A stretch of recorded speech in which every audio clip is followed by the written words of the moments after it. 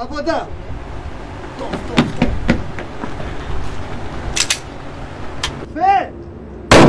יפה מאוד, עד הסוף. עבדי, עבדי, יפה, תראי את העבודיות שלה.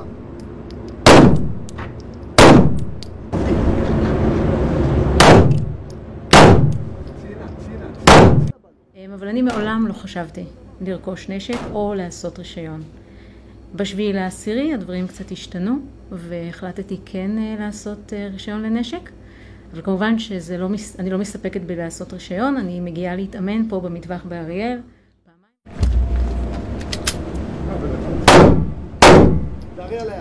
מהר, מהר, מהר, מהר! קדה קדימה. יפה. תחושת ביטחון.